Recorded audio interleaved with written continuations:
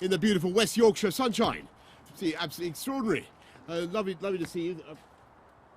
It must be the safest place in West Yorkshire here. Thank you all very much for coming along, and this is the beginning, the launch of a fantastic programme that we have in this government that we're very proud of to recruit a big new wave of police officers across our country. And I want to say a big thank you to all those here, all those who are signing up, and everything that you're going to do. And this is part, as you may know, of a big effort by this government to deliver on the priorities of the British people. And as you may have seen yesterday, I hope you saw it, there was a big announcement about more spending for the NHS, 20 new hospital upgrades on top of the 34 billion that we're putting in to the NHS of new money. We are levelling up education funding around the country so that all schools get an uplift, both primary and secondary schools. But in my view, policing safe streets is the absolute bedrock of society. It's what drives a successful and productive economy. It gives people the confidence to invest, to improve their neighbourhoods.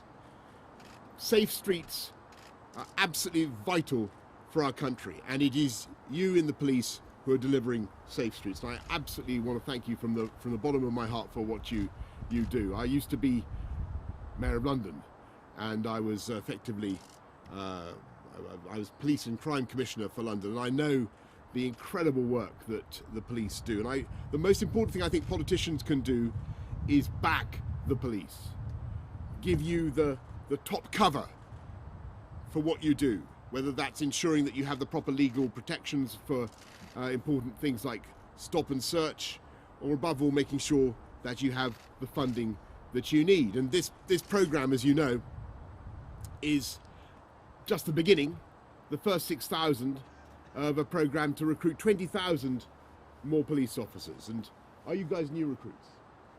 Fantastic. Thank you very much for what you're doing. Thank you. And they're always learning the caution. You know the caution. You know what you have to say when you collar someone. You do not have to say anything. Is that right? But anything you no, but if you fail to mention something which you later rely on, hang on, let's get this right. Can you remember it? They all know it. Which you later rely on in court, may be taken into account. Anyway, you get the gist. And it's part of the training of the police in a law-abiding country that we know people's rights and we give them their rights. And it's part of the trust between the public and the police. And it's absolutely vital that the public has that trust in the police. And I think the police in our country have a unique relationship with the public. It's quite unlike what you find in many other countries around the world. And I'm immensely proud of the way we do it and of our record in bringing crime down. And we want to go on, as I say, to recruit another 20,000 officers in this country. And I hope you think that that is the right thing to do. And yes, of course, I understand that crime is changing and crime is now a lot more online. But I think people in this country want to see police officers out on the streets, spreading that sense of reassurance, making sure that everyone in their neighbourhood feels safe and looked after. And we are going to insist on that. And this first push will cost, as Sajid Javid announced yesterday, £750 million for the first wave. There will be more to come. And I just want to make a quick point about spending money in this country, which is that there are some people who are now suggesting that we should spend £1 billion more a month, not £750 million, but £1 billion more a month to stay in the European Union beyond October the 31st. And I have to tell you, I don't think that would be a good use of public money. And I'm going to make sure that we don't have that unnecessary delay.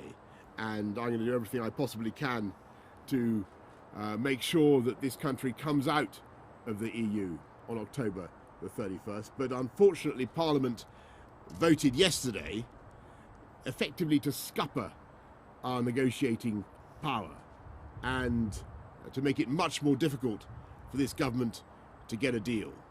So what I want to do now is to really give the country a choice. We either go forward with our plan to get a deal, take the country out on October the 31st, which we can, or else somebody else should be allowed to see if they can keep us in beyond October the 31st. And I have to tell you, I don't think that would be the right way forward. And I think if people really think that this country should stay in the EU beyond October the 31st, then that really should be a matter for the people of this country to decide. Because at the moment, what Parliament is voting for, or Parliament voted for yesterday, was a system by which the EU itself would decide how much longer we had to remain in. And I, for the life of me, cannot think that is the right way forward. So all I can say, and I hate banging on about Brexit, I don't want to go on about this anymore, and I don't want an election at all. I don't want an election at all, but frankly, I cannot see any other way. The only way to get this thing done, to get this thing moving, is to make that decision. Do you want this government to take us out on October the 31st, or do you want Jeremy Corbyn and the Labour Party to go to that crucial summit in Brussels on October the 17th, effectively hand over control to the EU and keep us in beyond October the 30th. I think it's a no-brainer. I'm sorry to bring this painful subject up this afternoon, but that is the reality of what we face. And for me, there can be only one way forward for our country. I think what the people of this country want us to see is the government of this country focusing not on Brexit. That's been going on for 3 years. I think the people of this country want to see us focusing on their priorities and their needs. And I think they want to see people like you serving police officers, men and women, being allowed to get out on the streets and do your job. And they want to see a government that funds you properly and allows you to get on and do that and directs all their attention and all their concern on that priority. And I can tell you that is what I want to do. But we must settle this EU debate. We must come out of the EU on October the 31st, and then I want to get on and deliver all the priorities of the British people. And as I say, policing, making our streets safer, that comes first, and that is the top priority of this government. So thank you all very much for what you're doing. I'm sorry to have tested you on the caution and got it, and myself got it wrong, but you are going to go on. You guys have fantastic careers as police officers, and it's a wonderful, wonderful job, and I know that you will find it immensely rewarding. Thank you all very much for coming along this afternoon. I think I'm going to take some questions from the media. There they are. They've been patiently waiting at the back. I'm going to go to Andy Bell of Channel 5. And then Paul Brand of ITV. Andy, are you there? Yeah, I'm here, Prime Minister. Hello. Thank you, Prime Minister. Aren't people entitled to ask, if your own brother can't back you, why should anyone else? Well, actually, my own brother, as you'll have seen from what he said this afternoon, well, first of all, I want to pay great tribute. Andy's asking about my brother Joe, who's a fantastic guy and was a brilliant minister for science, for universities, did a fantastic amount of good work for us, for this country in that area. Now, Joe doesn't agree with me about the European Union because it's an issue that obviously divides families and divides everybody. But I think what Joe would agree is that we need to get on and sort this thing out. And I think what Joe certainly would agree, and I think he said as much this afternoon, is that this government has exactly the right priorities when it comes to dealing with the issues that really matter to the British people. And I'm talking about making our streets safer, I'm talking about improving our hospitals and improving our education service. So I thank Joe for all the work that he's done and for the support that he's given for our domestic agenda. And I'm going to go now to Paul Brand of ITV. Thank you, Prime Minister. Prime Minister, if your own brother has lost faith in your plan... I'm sorry, go on. Related topic, Prime Minister, but a different question. Oh, sorry. If your own brother has lost faith in your plan, surely you'll have to be the next member of the Johnson family to resign.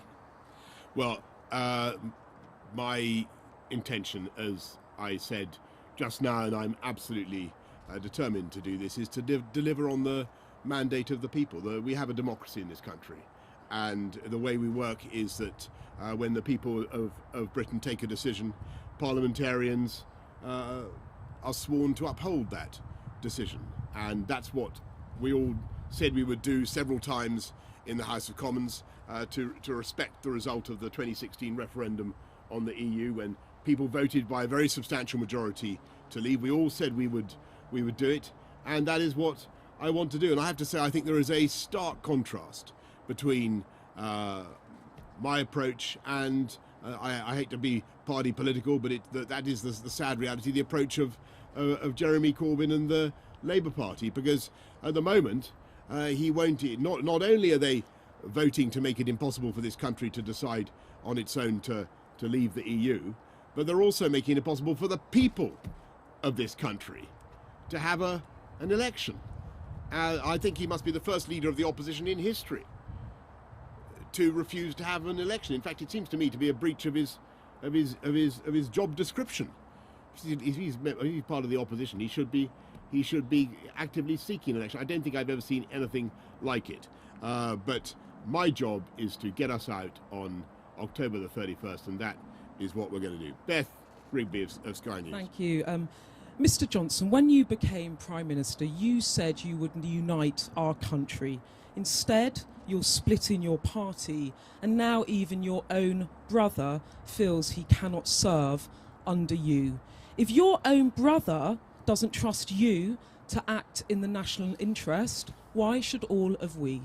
Well, as you'll have seen what Joe had to say about our agenda, and he's a strong... Look, people disagree about the EU. But the way to unite the country, I'm afraid, is to get this thing done. That is the reality. The longer this goes on, the more dither and delay we have from Parliament, inspired, I'm afraid, by Jeremy Corbyn, the worse this thing will be. What people want to see is a resolution, and they want to see us getting this thing done. And that's what we're going to do. Kate Ferguson from The Sun. Hello, Prime Minister. Can you make a promise today to the British public that you will not go back to Brussels and ask for another delay to Brexit? Yes. And sorry. I can. And would you I'd rather be dead in a ditch. So you would resign first, Prime Minister, rather than go and ask for that delay? Look, I just don't. I really. It costs £1 billion a month. It achieves absolutely nothing. What on earth is the point of further delay? I think it's totally pointless. Claire Ellicott from the Daily Mail. Thank you. Your own Chancellor has become the latest Tory MP to voice concerns about your purge of 21 rebels from the party. Do you regret your actions? Were they too hasty? And is there a way back for those MPs? Well, let's be clear what we want to do. I think what this country wants and what people in Parliament want is to see us coming out of the EU on October the 31st. And I'm afraid that the bill that was passed yesterday, alas, really makes it much more difficult for us to negotiate. And what it says, it actually draws up the MPs wrote a letter that the Prime Minister would have to give to Brussels, demanding an extension beyond October the 31st, and then Brussels, the EU, would decide how long the UK was going to remain in the EU. And with the best will in the world, I cannot see how that is democratic unless that is put to the British people. I think if that is really what Parliament wants, to give the EU this power to keep us in the EU themselves, and to scupper the negotiations, then I think there should be a clear choice for the country, and we should decide who do you want to be at that crucial summit on October the 17th. Do you want Jeremy Corbyn going there with his plan to extend and delay and keep us in the EU forever and a day, or do you want to settle this thing, bring us all together, and deliver on the mandate of the people? And that is what I will do. So for me, that is very, very clearly the way forward, and that's the point that I made to all my colleagues and friends in Parliament. And no one, of course, discipline is always tough, but here we are amongst a body of men and women who know that sometimes you have to administer discipline, and you have to be very clear about your message, and that's what we're being. So Kate Proctor in the Guardian, from the Guardian. Thank you, Kate Proctor from The Guardian. Prime Minister, exactly when are you going to hold an inquiry into Islamophobia in the Conservative Party that you promised to do on live television? Well, we are going to have as I think Sajid Javid and I agreed, we're going to have a general inquiry into all manner of racism and hate crime as soon as that can be got underway. But I have to tell you, we have a zero tolerance policy towards Islamophobia and all manner of hate crime and prejudice in the Conservative Party, as you can imagine. I think that is going to be it. I'll take one more there and one more there. You say no.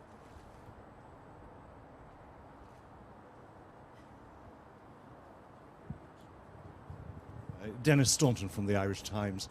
You, over the past few days, have been quoting the late Reverend Ian Paisley, who spoke about how his people were British but his cows were Irish, as justification for the idea that there could be a different agri-food regulatory regime in Northern Ireland to the rest of the United Kingdom. Could you foresee a different regulatory regime for anything else in Northern Ireland except agri-food? Well, you're right. That was what Ian Paisley said. He said that of Northern Ireland, he said the people were British, but the cattle were Irish. And in that idea, there is the germ of a solution to the question of cross-border frictionless cross-border movement across the Northern Irish border.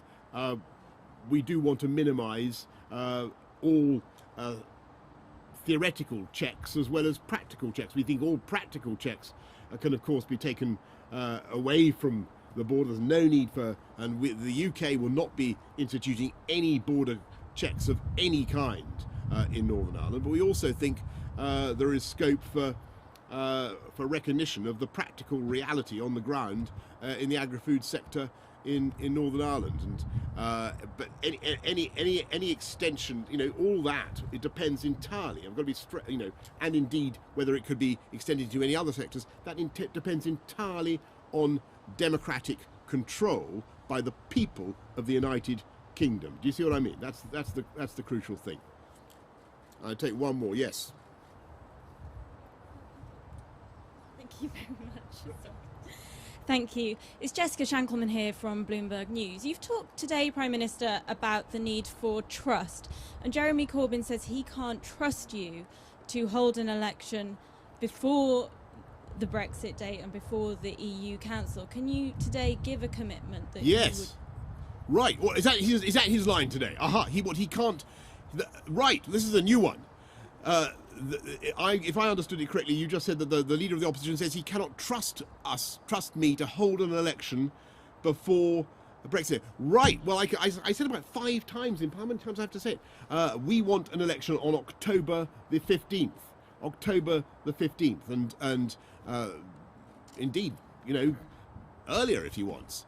Let's crack on with it. I really don't see how we can have a situation in which the British ability to negotiate is absolutely torpedoed by Parliament in this way, with powers of the British people handed over to Brussels so that we can be kept incarcerated in the EU without that actually being put to the people in the form of of a vote. And you know, time and time again, Jeremy Corbyn. Don't worry, I'm going to end very soon. You're right. Oh, that's right. I'm so sorry.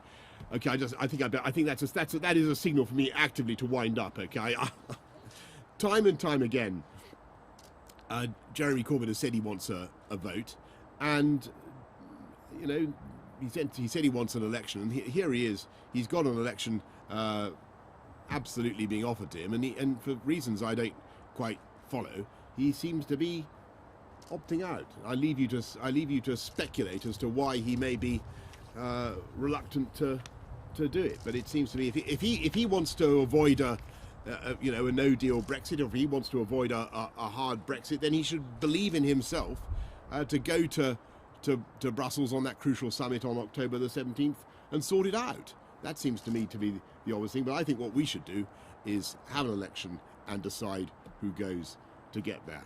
Okay, folks, thank you all very, very much. And thank you all for listening so patiently for so long. Congratulations to all of you on what you are doing. And thank you very much for all that you are going to do, to all the risks that you're going to take, running towards danger rather than away from it, to make our country and our society safer. Thank you very much. Thank you.